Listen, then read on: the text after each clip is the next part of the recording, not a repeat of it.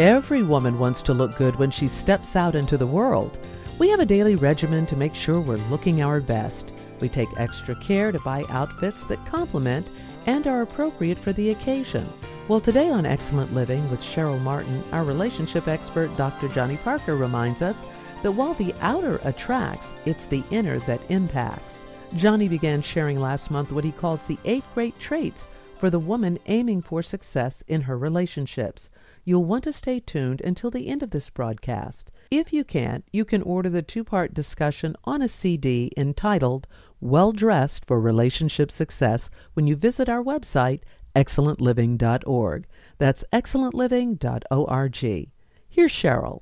I am so excited that Dr. Johnny Parker is discussing what it takes to be well dressed for relationship success. We started discussing this, the 8 great traits as he called them, during our last time together, and we only got through 4. So as a matter of review, Johnny, take us through the first 4 great traits and where you got them from. Well, they come from Colossians 3, 12 through 14. That's where it comes from. So this is, I have no intellectual property on this. I just believe them and I'm learning to live them every day. So the first one we dealt with was compassion. That's the love in action, that I'm looking to meet a tangible need. And so that's other-oriented. All of these traits are other-oriented. And then there's humility. We went through kindness. Kindness was next. And kindness, similar to compassion, is looking at how do I leave others better off. And again, looking for ways to either speak a word, do a deed that is kind, that encourages, that inspires. So we talked about kindness. And then we talked about humility, and I said, Cheryl, that humility, I think, is that turns the door. That's the hinge, because it's the only thing that's going to cause us to embrace selflessness. And so humility, to do what Proverbs 22:4 says, we mentioned, that with humility and the fear of the Lord, we get life, honor, and riches. Who doesn't want that? So we talked about humility, and then we talked about gentleness. We said the one quality that you don't see too many books or New York Times bestseller books on the power of gentleness, but it's clear it's one of the fruits of the Spirit. It's what Jesus says, hey, you get me and you learn gentleness. So we talked about the power of gentleness in relationships. And you define gentleness as the ability to put others at ease. Number 5 on the list. Yeah, number 5 is patience. To be well-dressed for relationship success. Absolutely, patience. So what do we mean by patience? It's the ability to wait while pursuing personal goals. So we all have an agenda, we all have a script, we all want meaningful life, meaningful relationships. So how do I be patient with you? I mean, this is real stuff, Cheryl. I mean, this just happened Monday. My wife was sharing something, and it wasn't that it was real intimate sharing. She was just sharing something about one of our sons, and she was going on for a little bit. So I'm listening, and then I like, whoa, time out, I got it, and I cut her off. I wasn't gentle. And then patient, exactly. And when I did it, I was convicted. 5-10 minutes later, I knew I cut it off. I knew that I wanted to get to what I wanted to get to, not in the conversation, but I wanted to go read. I wanted to do me. I wasn't trying to do, I think I got the message. And so I had to go back. I was impatient to go back and say, hey, babe, oops, my bad, I was wrong. I came with an agenda. I was forcing my script, my story on you. Will you forgive me? I mean, and that was the deal. And I think that's real important. We didn't say this the last show, Cheryl, but the idea that this whole passage in Colossians gets set up in a very brilliant way, because the writer Paul is writing to them, and he says, listen, first you got to know 3 things. You got to know that you're a chosen son, a chosen daughter, a holy son, a holy daughter, and a loved son. And so those are critical, because that's identity stuff. That I'm chosen, I'm wanted by God. No one else may, I may have been rejected by my first spouse. I may be rejected. I didn't make the team, or if you're a woman, you didn't make the cheerleader squad, or you didn't get you got rejected somewhere along the way in your life. God chose you. You're His daughter. You're His son. You're holy. You live as a woman according to the highest virtues. You're a woman of virtue, and you aspire to live according to that. And a man of valor, living as a man of great honor, and then that you're beloved, that you are loved, your daddy loves you. And so I love that setup because that's the foundation for all this. And now I got the foundation, I can put on these qualities, these traits. So I say that because that's exactly what happened. When I messed up with Loveland and I was impatient with her, the Spirit of God took me back to, that's not the way a chosen son acts. That's not the way a holy son acts. That's not the way a beloved son acts. We need patience. I mean, in relationships, how do you practice patience? How do you have self-control even? That you decide that if you're single, I'm not going to be sexually active. How do I be patient? How do I wait? Love waits, lust can't wait. Lust has to have it now. Love says, I love you enough to wait until the time is right. So patience is, again, to be successful, how do we be patient with people in relationships, people on the job? How do we be patient with people in getting a task done? And that's a nice segue into the sixth trait, isn't it? Yeah, it is. It's getting tougher here, Cheryl. Now it talks about bearing with people. And their faults. And their faults. Patience, bearing with. I'm glad this is like number 6 down the list, because if we had to start with this, I'm not sure we get through the list. But you know what I find funny? I laugh every time I read this one. The reason why I laugh is because it says, bear with each other's faults, which means someone has to bear with mine. Mine. Oh, that's good. Yeah. I didn't think you had any, Cheryl. I didn't think we have any faults. I read it. I have tons, and it says, wait a minute. Right. They have to tolerate you and your faults. Yeah, it's hard for us to see that we have. It goes both ways. Yeah, it goes both ways, and I think it's hard for us to recognize that we have faults. And that's why I laugh whenever I see it, because we always think it's somebody else's problem. Right. And he says, no, bear with each other's. Yeah. Always, again, it's about how do we make room for others?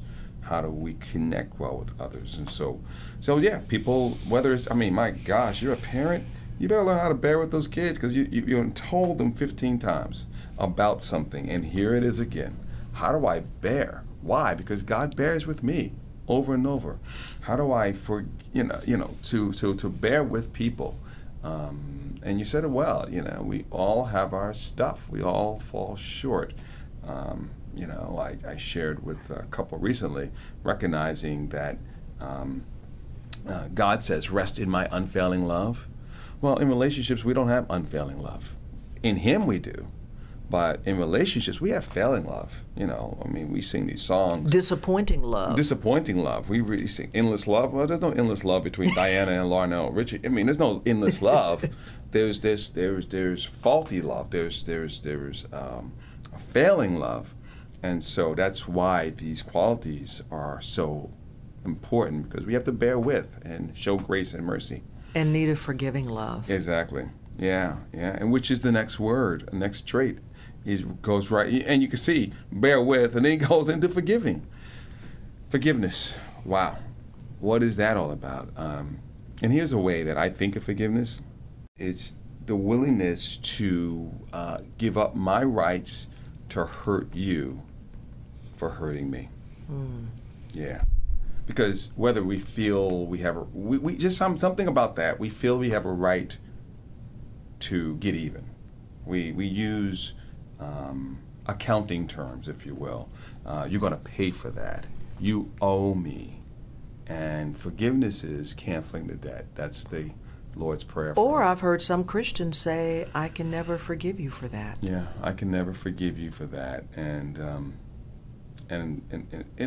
you've heard this statement that oftentimes when we do forgive, we find out that there's a key to the prison, and that the prisoner has been ourselves. We've locked ourselves up in a prison, and our hearts become frozen. We develop frozen feelings, and it's not that. And who hasn't been wounded? We've all been wounded. And I think this is.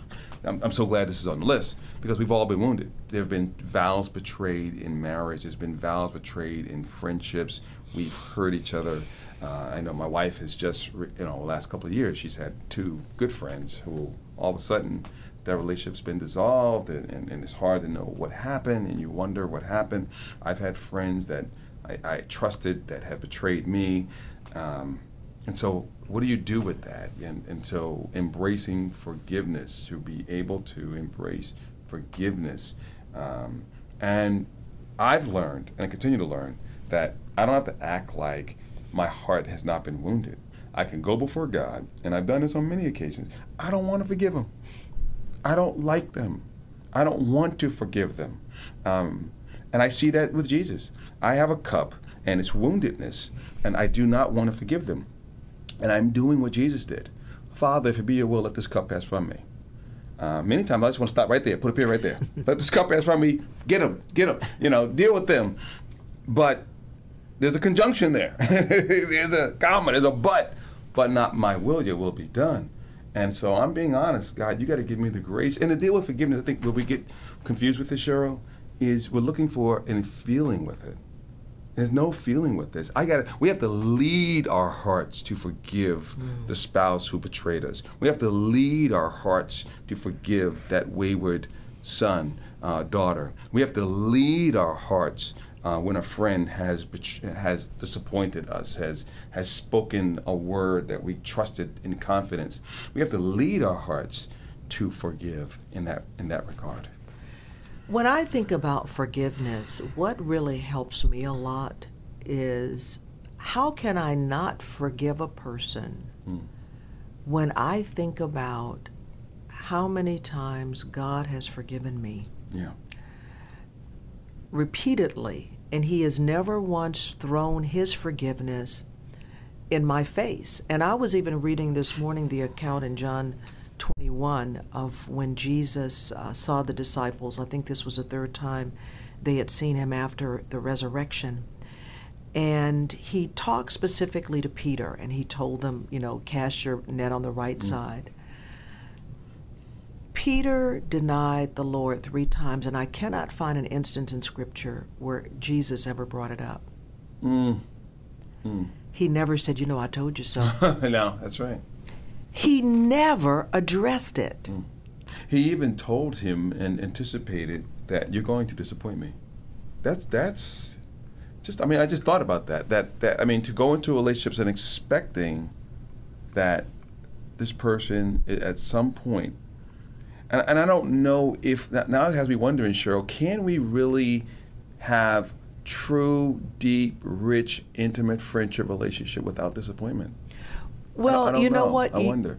You have just brought something to my mind, and I'm wondering if this is the key. What if we approached every relationship with the knowledge,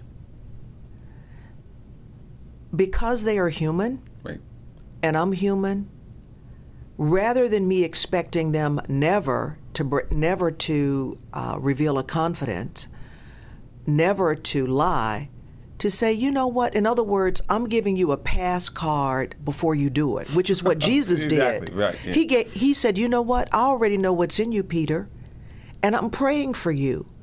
So I'm wondering, Johnny, if that would make a difference rather than us expecting people to, quote, be perfect. Right. That in our minds, I'm already greasing it with forgiveness before the incident happens, if that would cause us to have a different response. It doesn't justify what someone has done, right, but Jesus had already said, I know what you're going to do. Right. I'm praying for you, Right. and you're still on my team.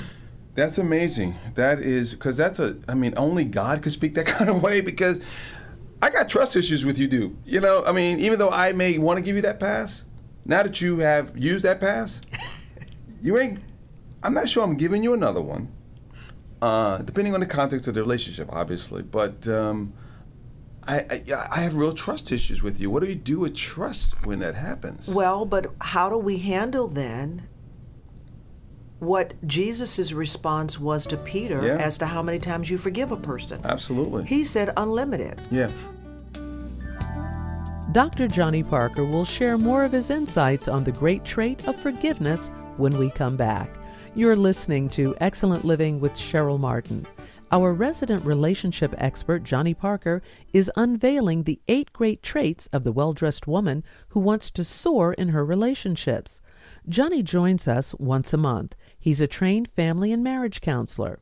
To learn more about Johnny and his resources, visit johnnyparker.com. That's johnnyparker.com. Let's get back to the conversation on the seventh trait, forgiveness. Let's not confuse forgiveness with trust. Okay. I can forgive you. Okay, I can forgive you, but it doesn't mean we trust. Mm-hmm. And that forgiveness is it's a one-way street. I can forgive you, and I don't necessarily need you to forgive me in order for it to be okay. And I can forgive you, but it doesn't mean we have reconciliation. I've seen this played out. Again, I'm going back some time when, in my coaching days, well, counseling years ago, when I would work with particularly women who have been abused. They would come to the place and say, I want to confront the abuser. And oftentimes the abuser was someone in the family or someone close to the family. Okay, so that's okay, but what are you expecting? You expect them to acknowledge. Now, and what the thing that I emphasize, that it's important to work through the process of grieving and forgiving for your own health. And that's important for your emotional well-being and wholeness. But what if they don't acknowledge? And are you expecting reconciliation? You can forgive, but it doesn't mean in some contexts that there's going to be reconciliation. That's a two-way street. But forgiveness oftentimes is a one-way street. I need to do this whether or not you ever acknowledge what you've done to hurt me. I need to do this because I need to be free and I need to honor God. What do you say to the woman who's in an abusive relationship physically? Yeah. Will he ask for forgiveness? Should she let him back in? Not necessarily, no. Should she forgive? Yes. But even that, I think with forgiveness there are degrees, Cheryl, in terms of the woundedness, because that's what it is. It's a woundedness issue. So there's some pain that's more like a paper cut, and you shared something I wish you didn't share. That hurts. That may be paper cut for some, but there's some. It's an axe cut. You betrayed our vows. That's a deep adultery. Cut. Oh yeah, that's been a deep cut, a deep wound, bleeding that's going to happen, and so that's a different kind of deal. So with that, you have to constantly be willing for the person that committed adultery or betrayed vows, or the person where there's been abuse, whatever. That one who wants to rebuild trust has to be willing to ask the question, what do you need to feel safe with me again? And again, it goes back to one of our traits that's rooted in humility. That's my mother and father's story. My dad, there was domestic violence, and my dad applied humility, took ownership, and began to apply gentleness in winning my mother's heart back. And that was a tough heart. My mother's from Brooklyn. That wasn't a real Brooklyn, Breakfast style. It wasn't an easy process. But God worked it. And I love how with these great traits, the final one is what we need for all the traits. It's the all-purpose garment of love. Wear it every day. Wear it every day. I mean, I think you take all 7 of these, compassion, plus kindness, plus humility, plus gentleness, plus patience, plus bearing with people, forgiving, it all equals love. I think that's what it comes down to. You want to get love, you do these things. I mean, that's very consistent with 1 Corinthians 13. Love is patient, love is kind. You practice patience and kindness. And so, yeah, it's the all-purpose garment. We put on love, and it's an intentionality. We said that before leaving house. I mean, what person in their right mind would just get up in the morning and go out the house naked? No, you clothe yourself. And so, just like we clothe ourselves externally, how do we clothe ourselves internally with these, adorning our hearts with these qualities and traits? You shared with me, and I'd like for you to share with our listeners, you have a daily regimen. Yeah. As a man, yeah. You want relationship success and to be well-dressed. Yeah. Share with us how you apply this in your life on a daily basis. Well, I call it G220 and P234. And then I get into this passage of Colossians as well. So G2:20, what is that? It's Galatians 2:20. I make these passages very, very personal. Before I leave the bedroom in the morning, it's a daily regimen for me. I say it and I personalize it. Galatians 2:20. I, Johnny Caesar Parker Jr. I get my entire name in there. I don't want any bit to be left out. Johnny Caesar Parker Jr. I am crucified with Christ. It is no longer I, Johnny, who lives, but Christ lives in Johnny Caesar Parker Jr. And the life that I live today, whatever the day is, whatever the date is on the calendar, I live by faith, not by fear, in the Son of God, not in myself, in the Son of God, who loved me, there's love, and gave himself for me. That's what love does. Love always gives. And then Philippians 2:3-4. Therefore, I do nothing from selfish ambition or empty conceit. You're telling yourself exactly. I do nothing from selfish ambition or empty conceit, but in lowliness of mind I esteem others, my bride Leslin, my 3 sons, the people that I meet with today, I coach, I'm speaking to, I'm blogging to. I do nothing. I do it and to esteem others as better than myself. I do not merely look out for my own interests, but for the interests of others. And then I get to what we've just been going through, Colossians, reminding myself, Johnny, you're a chosen son, you're a holy son, you're a beloved son. Today, put on compassion, think with compassion, act with compassion, speak compassionate words. Put on kindness, put on humility, put on gentleness, put on patience, bear with difficult people. There's going to be some today. Bear with them. Forgive people in advance, sort of what you said earlier. Anticipate it. Forgive people in advance. People are going to disappoint you. People aren't going to measure up to your expectations. Forgive those with road rage. Yeah, forgive those with road rage. Forgive the person who got, I'm at Best Buy the other day. A lady jumped in front of me. You know how long that line is to wait to get your phone checked? And she jumped right in front of me. How did you handle it? Not well, Cheryl. I brought it to her attention. And it wasn't gentle. Okay. It wasn't the most gentle. So really, this is something we need to repeat throughout the day. Throughout the day, yeah. It ain't a one-time deal. Oh, yeah, that's exactly. It's intentional. So I have to do it like 3 times.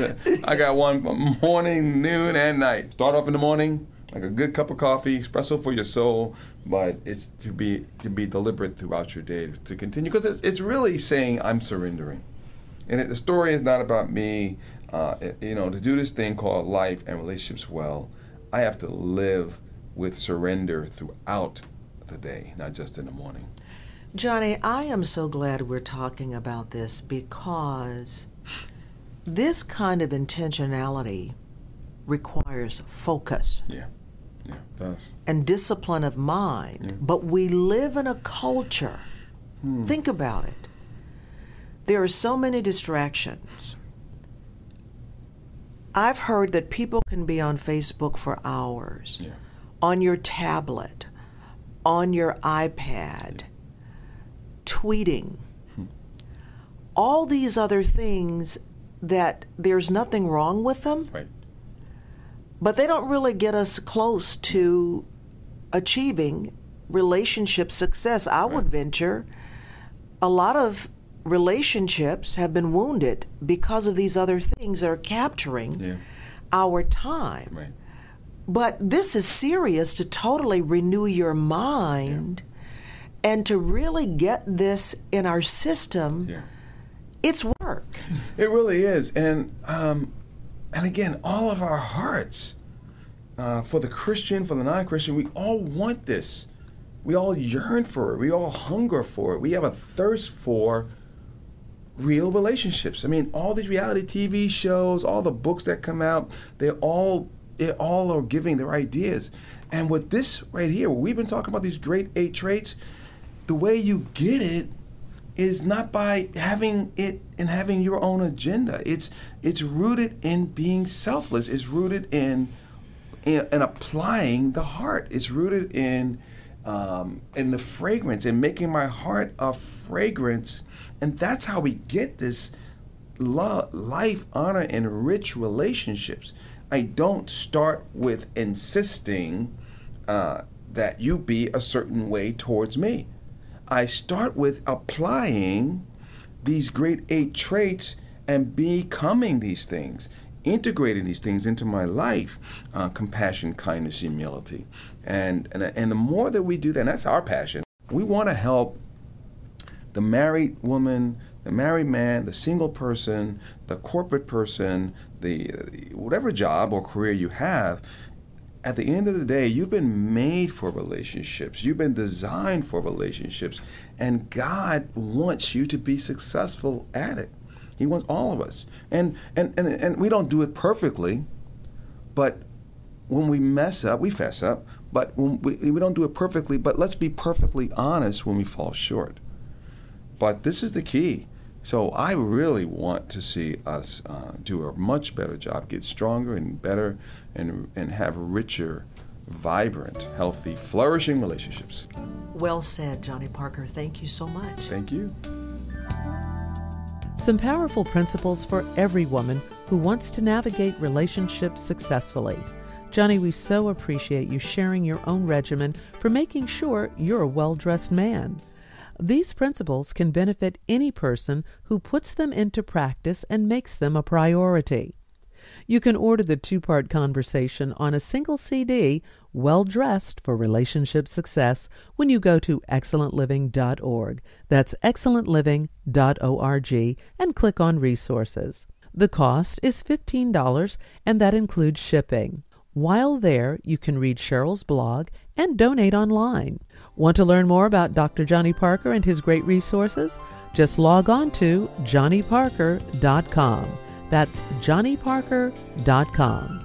I'm Doris McMillan. Thanks so much for joining us. And remember, excellent living is doing life God's way because it's the best way.